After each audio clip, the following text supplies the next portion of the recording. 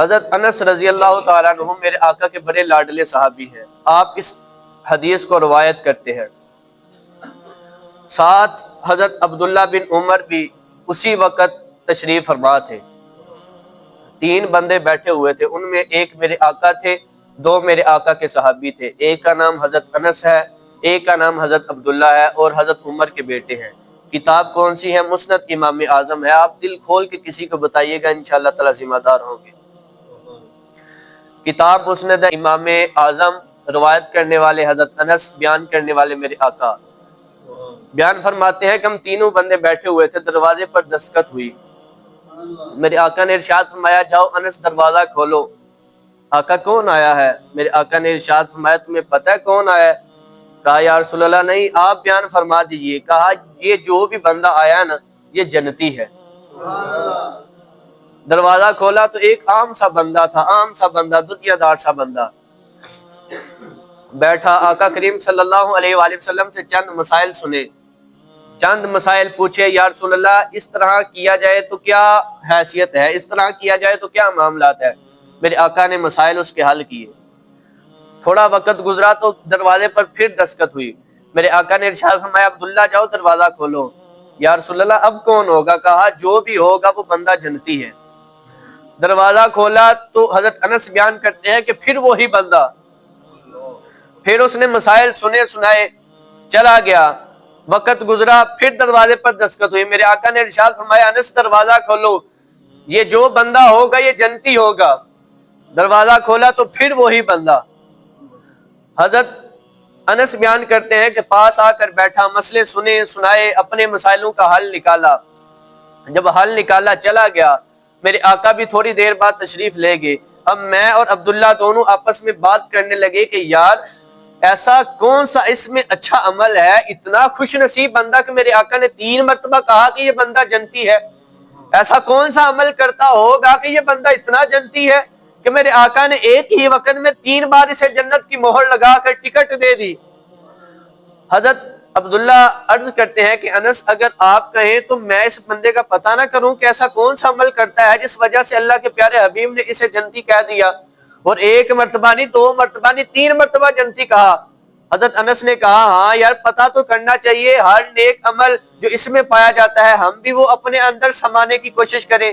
آج ہمارا معاشرہ تو اچھے کاموں کی طرف نہیں آتا، ایک بندہ نماز پڑھنے آ گیا ہے تو دوسرا کہتا ہے یار ٹھہر جا بعد میں جائیں گے، یعنی اچھے کام کی طرف نہیں آنے دینا، برے کام کی طرف لے کے جانا ہے۔ لیکن صحابہ کرام وہ تھے، انہوں نے کہا ہاں یار پتہ کرو اس میں ایسا کون سا عمل پایا جاتا ہے، اگر تمہیں مل جائے تلاش ہو جائے وہ عمل تو ہم بھی لوگوں کو بتائیں، صحابہ کرام کو بتائیں کہ بھئی یہ عمل کیا کرو، اللہ کے پیارے حبیب جنت کی مہر لگا دیتے ہیں۔ حضرت عبداللہ پیچھے پیچھے چلے گئے، جا کر کہا کہ بھئی میں چاہتا ہوں کہ تمہارے گھر میں رہوں۔ کہا کیا ہوا عبداللہ، کوئی گھر میں جھگڑا ہو گیا؟ کہا جیسے بھی سمجھ لو، میں نے کوئی 2-3 دن تمہارے گھر میں گزارنے ہیں۔ کہا ٹھیک ہے۔ مہمان نوازی تو انہوں نے پہلے بھی صحابہ اکرام سے بڑی سنی تھی، بڑی دیکھی تھی کہ مہمان نوازی کیسے کی جاتی ہے اور کیا اجر ہے مہمان کا۔ آج تو ہمارے گھر میں 1-2 دن مہمان آ جائے تو ہم تھوڑا سا منہ بکھیرنا شروع کر دیتے ہیں، لیکن آقا کی سیرت پڑھی جائے، صحابہ اکرام کی سیرت پڑھی جائے تو بڑا ہمیں ملتا ہے، کیونکہ آج کا جو بیان ہے یہ اصلاحی ہے، اصلاحی گفتگو ہے۔ حضرت عبداللہ بیان کرتے ہیں کہ میں نے اس بندے کو کہا کہ یار میں 2-3 دن تیرے گھر میں رہنا چاہتا ہوں۔ اس نے کہا کہ عبداللہ گھر میں کوئی جھگڑا ہو گیا ہے؟ کہا جیسے بھی سمجھ لو میں نے رہنا ہے۔ حضرت عبداللہ بیان کرتے ہیں کہ میں نے دیکھا کہ دن بھی اس کے جس طرح گزرتے ہیں گزر گئے، رات بھی گزر گئی۔ وہ اگر دن میں 10 پارے پڑھتا تو میں پورا قرآن پاک پڑھتا، اگر وہ دن میں 5 نمازیں پڑھتا تو میں ساتھ تہجد بھی پڑھتا، اگر وہ رات ساری سو کر گزارتا تو میں رات ساری نوافل میں گزارتا۔ میں نے اس کے اندر 3 دن میں کوئی ایسا عمل نہیں دیکھا کہ جو ہم سے اضافی ہو، ہم سے کم ہی تھے۔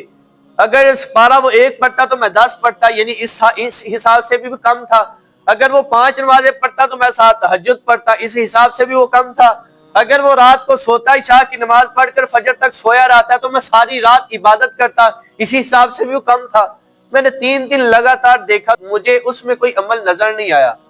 میں نے 3 دن کے بعد کہا کہ ٹھیک ہے یار مجھے اجازت دو۔ اس نے کہا کیا اب جھگڑا ختم ہو گیا؟ کہا تمہیں حقیقت بات بتاؤں تو جھگڑا ہوا ہی نہیں تھا۔ جب تم آقا کریم صلی اللہ علیہ وآلہ وسلم کی بارگاہ میں تشریف لائے تھے، دروازہ کھٹکھٹایا تھا، تم تو باہر تھے، لیکن آقا نے ہمیں ارشاد فرمایا کہ یہ بندہ جنتی ہے۔ دوسری مرتبہ پھر آیا، پھر تجھے جنتی کہا، تیسری مرتبہ تو پھر آیا، پھر تجھے جنتی کہا۔ تو ہم نے مشورہ کیا کہ دیکھا جائے کہ تم میں ایسا کون سا عمل پایا جاتا ہے کہ جو اتنی تڑپ ہے کہ تجھے جنتی بنا دیا، دنیا میں چلتا پھرتا جنتی نظر آ گیا۔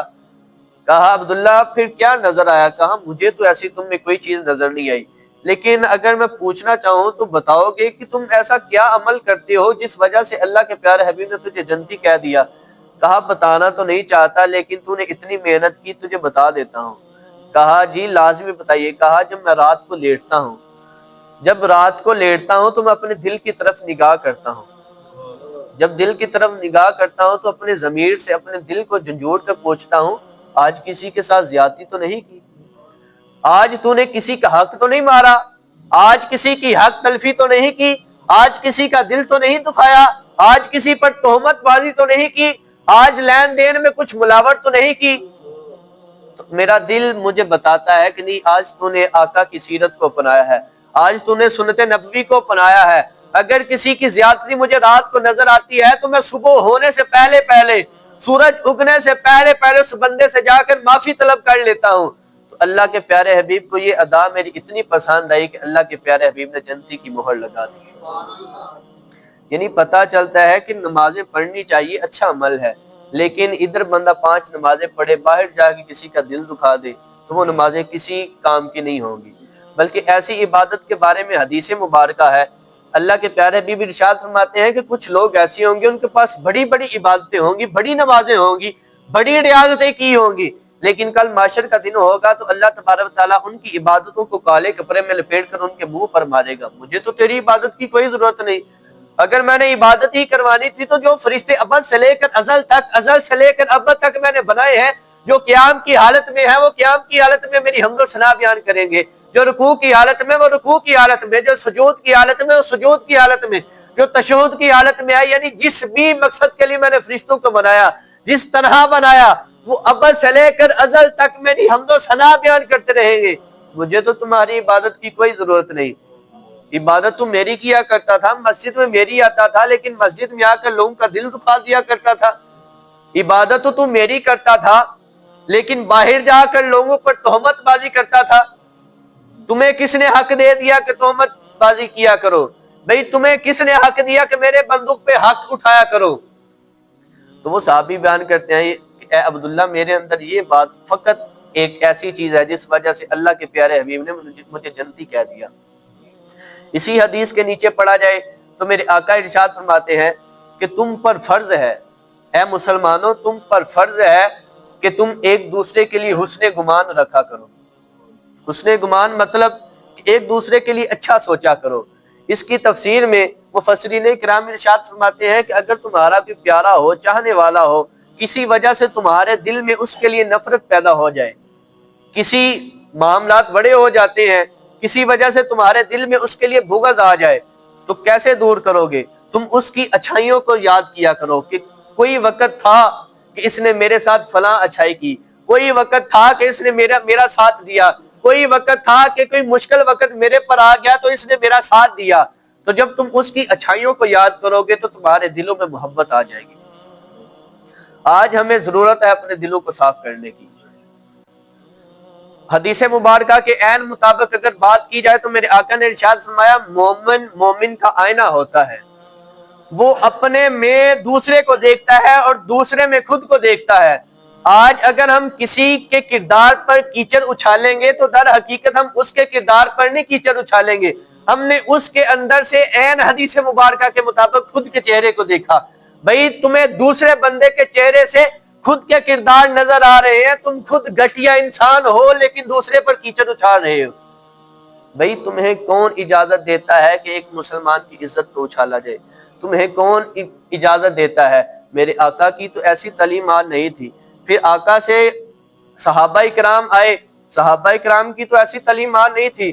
حدیث مبارکہ ہے میرے آقا نے ارشاد فرمایا مجھے اس رب کائنات کی عزت کی قسم ہے جس کے قبضہ قدرت میں میری جان ہے، اگر تم میں سے کسی بندے نے کسی بندے کو اس جگہ ذلیل کیا، اس جگہ رسوا کیا جہاں اس بندے کی عزت تھی، تو خدا کی عزت کی قسم ہے جس کے قبضہ قدرت میں میری جان ہے۔ ساری کتابوں پر اختلافات کیا جاتا ہے، لیکن میرے آقا کی حدیثیں ایسی ہیں جس پر کوئی بندہ اختلاف نہیں کر سکتا۔ اگر کوئی کرنا چاہے تو وہ دار اسلام سے خارج ہو جاتا ہے امام احمد رضا خان فاضل بریلوی کے فتوے کے مطابق۔ میرے آقا نے ارشاد فرمایا مجھے اس رب کائنات کی عزت کی قسم جس کے قبضہ قدرت میں میری جان ہے، اگر تم میں سے کسی نے کسی بندے کی عزت کو اس جگہ رسوا کیا، اس جگہ اسے ذلیل کیا جہاں اس کی عزت تھی، تو رب کائنات کی عزت کی قسم اللہ تجھے اس جگہ رسوا کرے گا جہاں تمہاری عزت ہوگی۔ اب ہمیں پھر اپنے آپ پر غور کرنی چاہیے۔ بھئی کوئی آج کے دور میں اگر کوئی بندہ چاہے نا کہ میں نے اس بندے کے ساتھ دوستی لگانی ہے، اس بندے کے ساتھ یارانہ لگانا ہے جو 100% پرفیکٹ ہو، جو 100% بندہ مجھے اچھا نظر آئے، تو بھئی اگر ہم 100% اچھا بندہ ڈھونڈنے نکل جائیں تو سب سے پہلے خود کے گریبان میں نظر نہیں جاتی کہ ہم 100% اچھے ہیں؟ ہمارے اندر ہزاروں برائیاں ہیں لیکن ہمیں خود سے پیار ہے۔ کسی کی ایک برائی نظر آئی نہیں کہ ہم نے اس پر تہمت بازی شروع کر دی، بھئی یہ دوسرے کی نہیں۔ آج ہمارا معاشرہ ترقی کی طرف کیوں نہیں جا رہا؟ انگریز ترقی کی طرف کیوں جا رہے ہیں؟ کیونکہ ان میں یہ چیزیں نہیں پائی جاتی، کسی پر کیچڑ اچھالنا نہیں آتا، ان کے ذہن کھلے ہیں۔ بھئی اگر تم میں کسی کی برائی نظر آ گئی ہے تو اس کو ڈائریکٹ جا کے کہو بھئی مجھے تم میں یہ بات اچھی نہیں لگی، مجھے تم سے پیار ہے اس لیے میں تجھے کہہ رہا ہوں کہ یہ بات اچھی نہیں، نہ کہ بندہ اس پر کیچڑ اچھالنا شروع کر دے۔ حدیث مبارکہ میں آتا ہے کہ اگر تم کسی کے عیبوں پر پردہ ڈالو گے تو اللہ تبارک و تعالیٰ کل معاشر والے دن تمہارے عیبوں پر پردہ ڈالے گا۔ معاشر کا دن ایسا ہوگا، آج تو ہم اپنی ماں سے بات چھپا لیتے ہیں، اپنے باپ کے سامنے گناہ کو بیان کرتے ہوئے ہمیں شرم آتی ہے، لیکن کل معاشر کا دن ایسا ہوگا کہ اللہ تعالیٰ رجسٹر ہاتھ میں پکڑائے گا، پڑھ، پھر وہاں جھوٹ نہیں بولا جائے گا، وہاں کسی کے ساتھ بات نہیں چھپائی جائے گی، وہاں تو ایسا سما ہوگا کہ جسے سامنے سکرین پر LCD بڑی کر کے لگی ہے، انسان اپنے گناہ بول بول کر بتا رہا ہے، وہاں اللہ بھی ہوگا، اللہ کا حبیب بھی ہوگا، ہماری ماں بھی ہوگی، باپ بھی ہوگا، ہماری بہنیں بھی ہوں گی جن سے ہمیں شرم آتی ہے، سارے ایسے رشتے سامنے ہوں گے، پھر ہمیں خود پڑھ پڑھ کر بیان کرنا پڑے گا۔ یہ ان بندوں کے لیے ہے جو آج لوگوں کے عیب اچھالتے ہیں، کیونکہ اگر ہم کسی کی عیب پر پردہ ڈالیں گے تو ہو سکتا ہے، اللہ کی رحمت بہت وسیع ہے، لا تقنطوا من رحمت اللہ 24واں پارہ ہے، اگر 16 قرآن پاک ہوگا تو تیسرے صفحے میں چوتھی یا پانچویں لائن پر یہ ہمیں آیت مل جائے گی۔ اللہ ارشاد فرماتا ہے لا تقنطوا من رحمت اللہ، میری رحمت سے مایوس نہیں ہونا، میری رحمت بڑی وسیع ہے۔ آج تم کسی کے عیبوں پر پردہ ڈال کر تو دیکھو، اگر تم بندہ ہو کر، اللہ ارشاد فرمائے گا اگر تم بندہ ہو کر بندے کے عیبوں پر پردہ ڈال سکتا ہے، میں تو پھر رحمان ہوں، میری رحمت تو بڑی وسیع ہے، میں تو 70 ماؤں سے زیادہ پیار کرنے والا ہوں، میں تمہارے عیب کیسے اچھال سکتا ہوں؟ لیکن اللہ تعالیٰ ارشاد فرمائے گا اگر تو نے میرے بندے کو رسوا کیا نا، پھر تمہیں بھی سارے جہان کے سامنے رسوا کر کے رکھ دوں گا۔ اس لیے میرے آقا نے ارشاد فرمایا مسلمان کے لیے مسلمان کے گمان کو اچھا رکھنا چاہیے، اپنے اپنے ذہنوں کو صاف کرنے کی ضرورت ہے۔ کسی کی طرف اگر بندہ کسی کی طرف یوں کر کے ایک انگلی کرتا ہے نا، اس بندے کے آگے تو ایک انگلی ہوتی ہے لیکن خود کی طرف 3 انگلیاں آ رہی ہوتی ہیں۔ بھئی پہلے خود کو ٹھیک کرو، اپنے عیبوں کو چھپانے کے لیے دوسروں کے عیبوں کو کھولتے ہو، اپنا کیچڑ چھپانے کے لیے دوسروں پر کیچڑ اچھالتے ہو، بھئی کیوں ایسے کرتے ہو؟ سوشل میڈیا پہ پچھلے ہفتے سے لے کر آج تک بڑی علماء اکرام کو تنقید کا نشانہ بنایا جا رہا ہے۔ بھئی اگر علماء اکرام تمہیں نظر آتے ہیں تو وہ یونیورسٹیوں کی بے حیائی نظر نہیں آتی؟ وہ کالجوں کی بے حیائی نظر نہیں آتی؟ کیوں ہمیں صرف یہی ایک شعبہ رہ گیا کہ جس کی برائی نظر آتی ہے؟ بھئی یہ بھی انسان ہیں، ان کے اندر بھی دل ہے، سارے معاملات عام انسانوں جیسے ہیں، یہ کوئی اور مخلوق تو نہیں، یہ فرشتے تو نہیں جن کو اللہ تعالیٰ نے معصوم عن الخطا کی مہر لگا دی ہے، ان کے اندر بھی گناہ پائے جاتے ہیں، یہ بھی انسان ہے، ان کا بھی ماں ہے، ان کا بھی باپ ہے، جس طرح آپ اس دنیا میں تشریف لائے اسی طرح یہ بھی انسان آئے ہیں۔ تو کیوں سوشل میڈیا پہ اتنی تنقید کی جاتی ہے؟ بھئی لوگ اپنا کیچڑ چھپانے کے لیے دوسروں کی کیچڑوں کو نہیں اچھالا جاتا، پہلے خود کے دل کو صاف کرو پھر کسی کے اوپر بہتان باندھو۔ اگر خود بندہ 100% ٹھیک نہیں تو کسی کے اوپر کیوں بندہ بہتان باندھے؟ اگر خود کی 1000 برائیوں کے ساتھ خود کے ساتھ پیار ہے تو کسی کی ایک برائی بھی تو برداشت کرو۔ ہو سکتا ہے جس وقت تم اسے آزما رہے ہو اسی وقت وہ بندہ آزمائش میں ہو تو ایک بندہ قیمتی دوست کھو بیٹھے۔ اسی طرح آقا کریم صلی اللہ علیہ وآلہ وسلم کی رحمت پوری جوش میں تھی. حضرت عائشہ پاس بیٹھی تھی. میرے آقا نے ارشاد فرمایا عائشہ آج پوچھ کیا پوچھنا چاہتی ہے؟ کہا اے میرے سر کے تاج، اے حبیب خدا، اگر آپ اجازت دے تو اپنے بابا جان سے نہ پوچھاؤں کہ کیا پوچھنا ہے؟ کہا ٹھیک ہے، آج رحمت جوش میں ہے، جاؤ پوچھاؤ. حضرت عائشہ باغی باغی جناب صدیق اکبر کی چوکھٹ پر آئی. کہا بابا جان آج آقا کی رحمت پوری آب و تاب میں ہے. میرے آقا نے ارشاد فرمایا عائشہ پوچھو کیا پوچھنا چاہتے ہو؟ تو جناب والد صاحب کیا پوچھو؟ حضرت ابو بکر نے ارشاد فرمایا عائشہ پہلے وعدہ کرو کہ جو میں سوال دے کر بھیجوں گا اس کا جواب بھی مجھے بتاؤ گی. کہا ٹھیک ہے بتاؤں گی. کہا جا کر عرض کرو کہ یا رسول اللہ جب آپ معراج پر تشریف لے کر گئے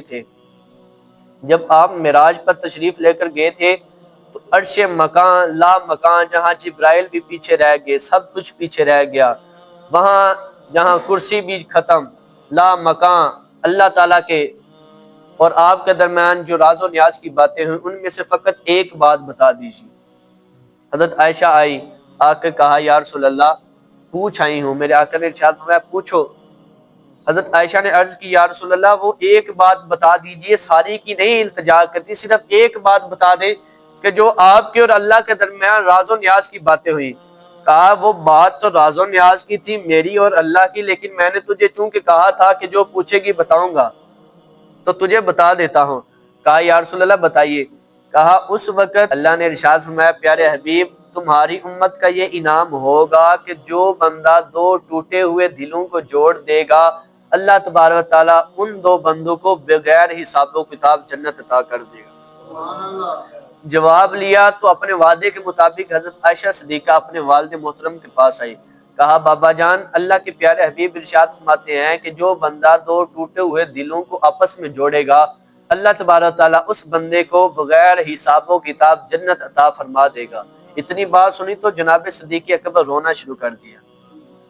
کہا والد صاحب بات تو بڑی اچھی ہے، سودا تو بڑا منظور ہے. آج لوگ کہتے ہیں کہ محنت تھوڑی ہو لیکن پرافٹ زیادہ ہو، تو یہ تو کام تو تھوڑا سا ہے، دو ٹوٹے ہوئے دلوں کو جوڑنا ہے، دو لڑے ہوئے لوگوں کو آپس میں ملا دینا ہے. آج تو لوگ نہیں کر رہے، آج تو جڑے ہوئے دلوں کو لوگ توڑ رہے ہیں.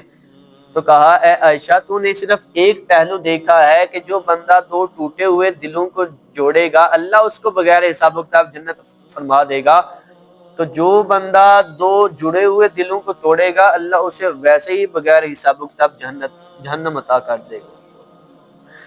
اس سارے واقعات کو ایک بہت ہی خوبصورت شاعر گزرے ہیں، وہ شاعر لکھتے ہیں قابل غور شعر ہے. سارے واقعہ کو انہوں نے ایک شعر میں بند کیا. انہوں نے کہا عبادتوں میں مصروف ہیں آج کل سبھی لوگ، عبادتوں میں مصروف ہیں سبھی آج کل، دلوں کو توڑ کر سجدوں میں رویا جا رہا ہے. عبادتوں میں مصروف ہیں سبھی آج کل، دلوں کو توڑ کر سجدوں میں رویا جا رہا ہے.